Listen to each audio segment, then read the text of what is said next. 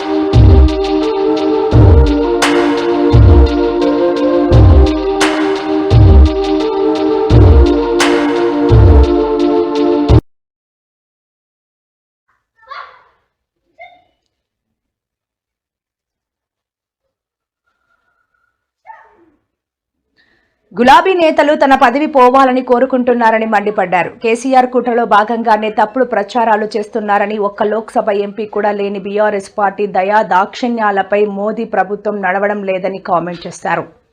ఇక కేటీఆర్ ఒక fake video ఫ్యాక్టరీని నడుపుతున్నారని, సోషల్ మీడియా వేదికగా తనపై తప్పుడు వార్తలను ప్రచారం చేయిస్తున్నారని మండిపడ్డారు. మోడీ గారు బహుశా భారతదేశంలో మొట్టమొదటిసారి ఒక కేంద్ర మంత్రి కొడుకు మీద లుకౌట్ నోటీస్ ఇచ్చే పరిస్థితి వచ్చింది. కేంద్ర మంత్రిని ఇవాళ మీరు బర్తరఫ్ చేయకపోతే ఇక్కడ విచారణ సజావుగా జరిగే పరిస్థితి లేనే లేదు. ఎందుకంటే ఆ తప్పు చేసిన వ్యక్తిని దాచిపెట్టింది ఎవరు? 9 రోజులు ఎవరు దాచిపెట్టిండ్రు? ఆ కేంద్ర మంత్రి గారే కదా. ఇవాళ ఒక్కసారి దయచేసి ఆలోచన చేయండి. నిజంగా కూడా ఇలాంటి వ్యక్తులు పదవుల్లో కొనసాగుతూ ఉండడం అది తెలంగాణకే కాదు భారతదేశానికి కూడా అవమానకరం. మైనర్ బాలికకు అన్యాయం చేసింది కేంద్ర మంత్రి కొడుకైతే, మైనర్ బాలిక తల్లిదండ్రుల్ని భయభ్రాంతులకు గురి చేసింది స్వయంగా కేంద్ర మంత్రి. ఆయననే పిలిచి బెదిరించి వాళ్లను మరి ఇబ్బంది పెట్టే ప్రయత్నం చేసినారు. ఇంత తీవ్రమైన కేసును నీరుగార్చే ప్రయత్నం చేసింది ఈ రాష్ట్ర ముఖ్యమంత్రి. హనీ ట్రాప్ అని మీడియాను మనీ ట్రాప్ లో వేసి మీడియాను గొంతు నొక్కి వాళ్ళను కూడా వార్తలు రానియకుండా చేసింది ముఖ్యమంత్రి, కేంద్ర మంత్రి ఇద్దరు కలిసి పెట్టిదంతా మీకెందుకు చెప్తున్నాను మీరు అనుకోవచ్చు. ఎందుకంటే ఒకటే ఒక్క డిమాండ్ మనందరిది ఈ సమావేశం ద్వారా, ఖచ్చితంగా కేంద్ర మంత్రి గారిని వెంటనే బర్తరఫ్ చేయాలని ఈ సమావేశం నుంచి మీ చప్పట్ల ద్వారా కేంద్ర ప్రభుత్వానికి మనం డిమాండ్ చేద్దాం. ఇప్పుడు ఈ కోర్టుల కేసు నడుస్తున్నది, కోర్టు పరిధిలో ఉన్నది. ఇప్పుడు ఒక్కరు గుర్తుంచుకోండి, కన్న కొడుకును ఓ తండ్రి పోలీసులకు స్వయంగా అప్పగించినటువంటి సందర్భం ఏదైనా ఉందా? వాళ్ళ కన్న కొడుకును నేను తీసుకుపోయి విచారణకు సహకరించాలని చెప్పి నాకు సమాచారం వచ్చిన వెంటనే నా కొడుకును అప్పచెప్పిన. అడుగుతా ఉన్న ప్రధానమంత్రి మోడీ గారిని, అయ్యా మీరు అంటున్నారు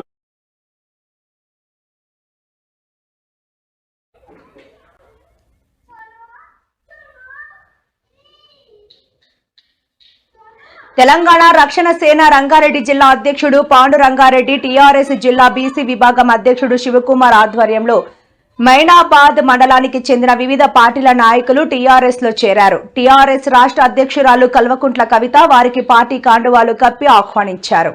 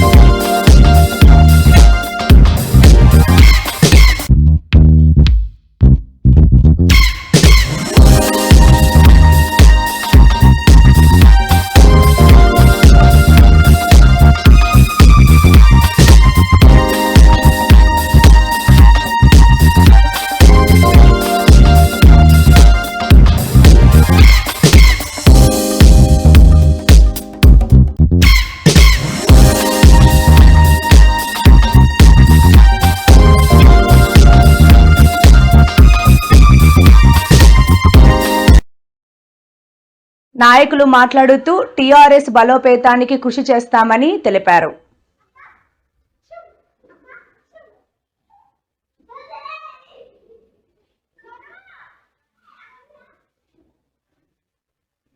ఏపీలో రేషన్ పంపిణీ వ్యవస్థలో ప్రభుత్వం కీలకమైన మార్పులకు శ్రీకారం చుట్టనుంది. ఇప్పటి వరకు ఉన్న విధానానికి భిన్నంగా central bank digital currency CBDC ద్వారా సరుకులు పంపిణీ చేయనున్నట్లు నాదెండ్ల మనోహర్ ప్రకటించారు. ఈ విధానాన్ని త్వరలోనే రాష్ట్రంలోని విజయవాడ, విశాఖపట్నంలలో కూడా ప్రారంభించనున్నట్లు తెలిపారు.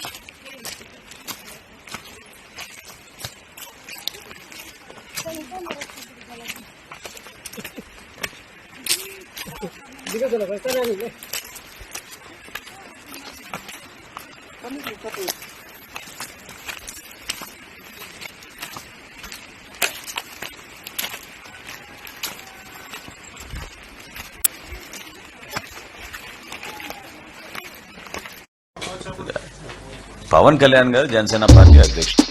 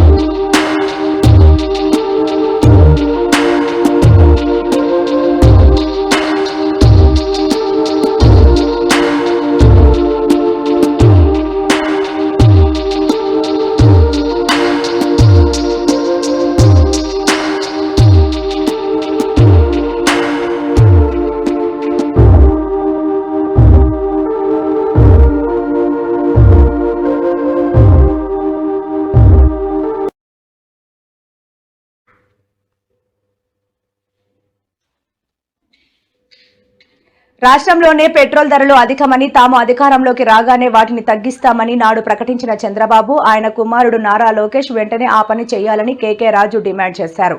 నాడు పెట్రోల్ ధరలు ప్రస్తావిస్తూ నానా హంగామా చేసిన తండ్రి కొడుకులు ఇప్పుడు ఆనాటి మాదిరిగా పెట్రోల్ బంకుల ముందు సెల్ఫీ దిగే దమ్ముందా అని ఆయన సవాల్ చేశారు.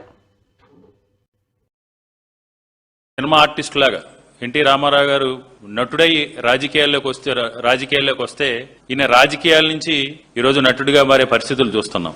ప్రతి అడుగులోని ప్రతి నెల 1వ తారీఖు వచ్చిందంటే గత ప్రభుత్వ హయాంలో సూర్యుడు ఉదయించడానికంటే ముందుగానే వాలంటీర్లు వెళ్లి పెన్షన్ అవ్వాతాతల చేతుల్లో పెట్టి వారి ముఖాల్లో ఆనందాన్ని నింపి ఆ కుటుంబాల్లో వెలుగును జగన్మోహన్ రెడ్డి గారు తీసుకొస్తే ఈ మహానుభావుడు ప్రతి నెల 1వ తారీఖు వచ్చిందంటే ఒక కొత్త స్కిట్, ఒక సెటప్, ఒక కెమెరామెన్, ఒక సెట్ ఏ విధంగా చూస్తున్నారో చూసాం.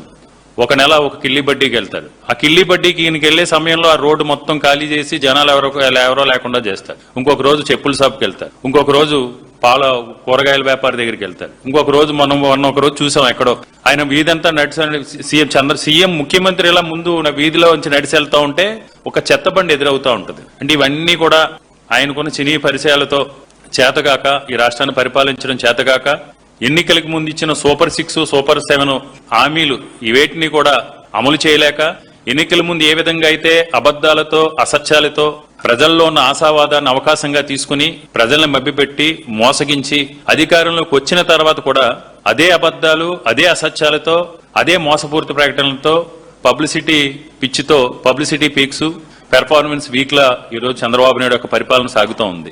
మనం బంగారు బాటలు వేయాలనే ఉద్దేశంతో ఆ రోజు జగన్మోహన్ రెడ్డి గారు మత్స్యకార భరోసా లాంటి అద్భుతమైన కార్యక్రమాలను తీసుకురావడంతో పాటు డీజిల్ సబ్సిడీ కావచ్చు, ఈ మత్స్యకార భరోసాతో వాళ్ళని ప్రోత్సహించడంతో పాటు ఇన్సూరెన్స్ ను కూడా, గతంలో మత్స్యకారులకు సంబంధించి ఇన్సూరెన్స్ గత ప్రభుత్వాల్లో 5 lakhs రూపీస్ ఇన్సూరెన్స్ చెప్పి వాటిని అమలు చేయకపోయినా జగన్మోహన్ రెడ్డి గారు 5 లక్షల రూపాయలు ఇన్సూరెన్స్ ను 10 లక్షల రూపాయలు చేసి ఎక్కడైనా మత్స్యకారు సోదరులకు సంబంధించి చిన్న ఇన్సిడెంట్ జరిగినా సరే జగన్మోహన్ రెడ్డి గారు ఒక మంచి హృదయంతో, సేవాభావంతో వారికి వెంటనే ఆదుకునే సంఘటనలు ఎన్నో చూసాం 2019 నుంచి 2024 వరకు. ఈ రోజు మత్స్యకారు సంపదను ఉపయోగించుకుని బ్లూ ఎకానమీని సృష్టించాలనే ఉద్దేశంతో ఈ మత్స్యకారులకు అండగా నిలబడి ఆ రోజు జగన్మోహన్ రెడ్డి గారు ఫిషింగ్ గార్ల నిర్మాణాన్ని పూనుకుని ఈ రాష్ట్ర చరిత్రలో ఎప్పుడు కూడా ఎవరు కనీసం ఆలోచన కూడా చేయలేని విధంగా ఈ సుదీర్ఘమైన తీర ప్రాంతంలో ఉన్న మత్స్య సంపదతో పాటు మత్స్యకారులకు అండగా నిలబడాలనే ఉద్దేశంతో ఫిషింగ్ హార్బర్లు తీసుకురావటం, వారికి ఏ విధంగా ప్రోత్సహించారో మనందరికీ కూడా తెలిసిందే. కానీ ఈరోజు చంద్రబాబు నాయుడు గారు నేను చూసాం, ప్రస్తుతం ఆంధ్రప్రదేశ్ రాష్ట్రంలో చేపల వేటకి సంబంధించి నిషేధం కొనసాగుతూ ఉంది. అంటే పిల్లలు ఏదైతే డెవలప్ అవుతాయో ఆ టైంలో కొంత విరామం మత్స్యకారులకు సంబంధించి వేటకి సంబంధించి విరామం ఉంటుంది. ఇలాంటి తరుణంలో నిన్న కావలి దగ్గర చంద్రబాబు నాయుడు గారు ఒక స్కిట్ ఒక డ్రామా కంపెనీ లాగా ఒక హట్ అవుట్ వేయించి తీర ప్రాంతంలో చంద్రబాబు నాయుడు గారు నిన్న చేపలు కొన్నారు. అంటే ఈయన డ్రామాలు ఏ రకంగా ఉన్నాయంటే ఏదో రకంగా ప్రజలను తప్పుదో పట్టించడం కోసం మనం ఇక్కడ చూడొచ్చు. ఒక ఎండలో మిట్ట మధ్యాహ్నం ఎండలోకి వేయించి ఆ నిషేధం కొనసాగుతున్న ప్రాంతంలో రొయ్యలు, చేపలు ఎక్కడి నుంచో తీసుకొచ్చి ఆ చేపలు ఆయన పర్చేజ్ చేసినట్టు వంట కూడా ఏ విధంగా అద్భుతంగా చంద్రబాబు నాయుడు గారు విజనరీ. ఎందుకంటే సెల్ ఫోన్ ఆయనే కనిపెట్టారు, ఇప్పుడు మనకున్న ఫ్లైట్స్ ఇవన్నీ కూడా ఆయనే కనిపెట్టారు. అదే విధంగా కొత్తగా కనిపెట్టింది ఏంటంటే మోడీ గారి దయ వల్ల, కూటమి ప్రభుత్వం దయ వల్ల మనకు గ్యాస్ కొరత, గ్యాస్ రేట్లు పెరిగినాయి కాబట్టి గ్యాస్ లేకుండా కూడా వంట చేయొచ్చు అనేది ఇప్పుడు చంద్రబాబు నాయుడు గారు కొత్తగా ఈ విజనరీ కనిపెట్టింది ఏంటంటే మనం అందులో చూడొచ్చు. ఎలాంటి వేడి లేకుండా, ఎలాంటి మంట లేకుండానే చేపల పులుసు, చేపల ఫ్రై, ఇది ఈరోజు చంద్రబాబు నాయుడు గారు చేస్తున్న డ్రామాలు. సినిమా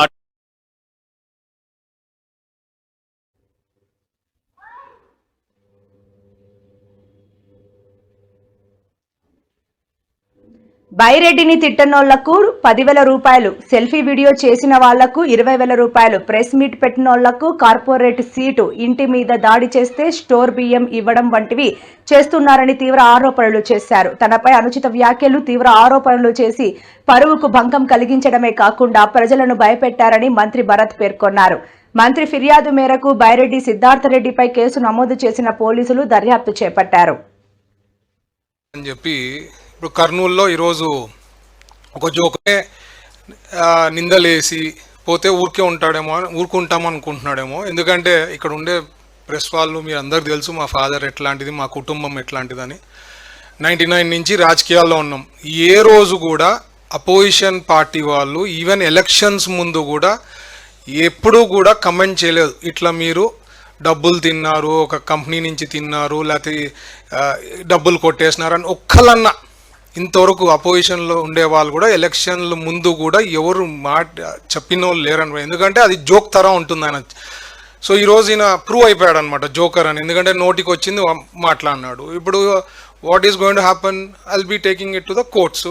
డిఫమేషన్ వేస్తా, క్రిమినల్ డిఫమేషన్ వేస్తా, వదిలే ప్రశ్నే లేదు. ఆయన ఇప్పుడు ఆలోచించేయాలా, ఎందుకయ్యా నేను కర్నూలుకి వచ్చి నోటికి వచ్చింది మాట్లాడినా అనే ఫీలింగ్ తెచ్చుకోబోతున్నాడు బైరెడ్డి సిద్ధార్థ రెడ్డి గారు. కర్నూలులో బైరెడ్డి సిద్ధార్థ రెడ్డి మీద మినిస్టర్ గారు కంప్లైంట్ ఇస్తే 1 గంట లోపలనే ఎఫ్ఐఆర్ తయారు చేసి కోర్టు కూడా పంపించి పోలీసులు చాలా ఫాస్ట్గా చేశారు. సూపర్ పోలీస్ అనిపించుకున్నాడు. అదే ఒక దళిత యువకుడు సూసైడ్ నోట్లో ఫలానా తిలక్ నా మరణానికి కారణము, అతను పెట్టినటువంటి ఇబ్బందుల వల్ల నేను మరణిస్తున్నాను అని చెప్పి కంప్లైంట్ ఇస్తే సూసైడ్ నోట్లో పెడితే వాళ్ళ తల్లిదండ్రులు డిఎస్పీ ఆఫీస్కు, సిఐ ఆఫీస్కు, ఎస్పీ ఆఫీస్కు తిరిగినా ఇంతవరకు ఎఫ్ఐఆర్ చేయడం లేదు. అదే మినిస్టర్ గారి కంప్లైంట్ అంత ఫాస్ట్గా పోయింది. రెండోది, ఇట్లనే అయితే కనుక ప్రజలకు అధికార పార్టీ వాళ్ళకు ఒక న్యాయము, సామాన్య ప్రజలకు ఒక న్యాయం అనేటువంటి అభిప్రాయం వస్తుంది. ఇది కరెక్ట్ కాదు. రెండోది, మంత్రి గారు కేసు పెడితే సిద్ధార్థ రెడ్డి భయపడతాడనో, లేదంటే మోహన్ రెడ్డి మీద కేసు పెడితే మోహన్ రెడ్డి మీద భయపడతాడనో, లేదంటే కార్యకర్తలు భయపడతారని అనుకోవడం అవివేకం. మీరు కేసులు పెట్టినా, జైల్లోకి పంపించినా కార్యకర్తలను కాపాడుకోవడానికి ఎటువంటి పోరాటాలకైనా ఎప్పుడు సిద్ధంగా ఉంటాము. కేసులకు, జైళ్లకు భయపడే వాళ్ళు ఎవ్వరూ లేరని గుర్తుంచుకోవాలని తెలియజేస్తాను.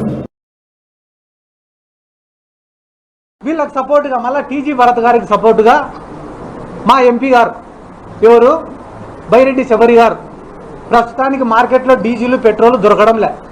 పాపం అయినప్పటికీ కూడా పెట్రోల్ బంకు పోయి డీజిల్ పట్టించుకొని ఆమె తొందరగా పరిగెత్తుకుంటూ దెబ్బ కర్నూలుకి వచ్చి సిద్ధార్థ రెడ్డి గారు రౌడీ, గూండా అని మాట్లాడినారు. సంతోషం మేడం, శబరి గారు సంతోషం, మీరు నా గురించి బాగా మాట్లాడినారు, సంతోషం. కానీ ఈరోజు మీడియా సమావేశం ద్వారా మిమ్మల్ని నేను ఒకటి అడగాలనుకుంటానా. మీ ఫాదర్ని బైరెడ్డి రాజశేఖర రెడ్డి గారిని గౌరు వెంకటరెడ్డి వాడు ఒక వేస్ట్ ఫెలో అని మాట్లాడి ఈ రోజుకి 2 నెలలు అయింది. ఎందుకు మీరు ఈ రోజు వరకు కౌంటర్ ప్రెస్ మీట్ పెట్టలే? నందికొట్కూరు మార్కెట్ యార్డ్లో మాండ్ర శివానందరెడ్డి అని ఆయన ఇదే బైరెడ్డి రాజశేఖర రెడ్డి గారిని ఈ నందికొట్కూరులో 2 సార్లు ఎమ్మెల్యే గెలిచిన ఒక జోకర్ గాడు ఉన్నాడని మాట్లాడినాడు. దానిపైన మీరు ఎందుకు ప్రెస్ మీట్ పెట్టాలా, స్పందించలే? నందికొట్కూరు ఎమ్మెల్యే జయసూర్య గారు ఏమన్నాడు? ఆయన బైరెడ్డి రాజశేఖర రెడ్డికి మా తెలుగుదేశం పార్టీకి సంబంధమే లేదు, అతను చెప్తే ఏ ఒక్క అధికారి కూడా స్పందించాల్సినటువంటి అవసరం లేదు అని చెప్పి 100 మంది ముందర మాట్లాడినాడు. దానిపైన మీరు ఎందుకు స్పందించాలా? దానిపైన స్పందించారు. కానీ సిద్ధార్థ రెడ్డి పైన స్పందించాలంటే మాత్రం వెంటనే పరిగెత్తుకుంటూ వస్తారు. పరిగెత్తుకుంటూ వచ్చి రౌడీ, గూండా, క్రిమినల్.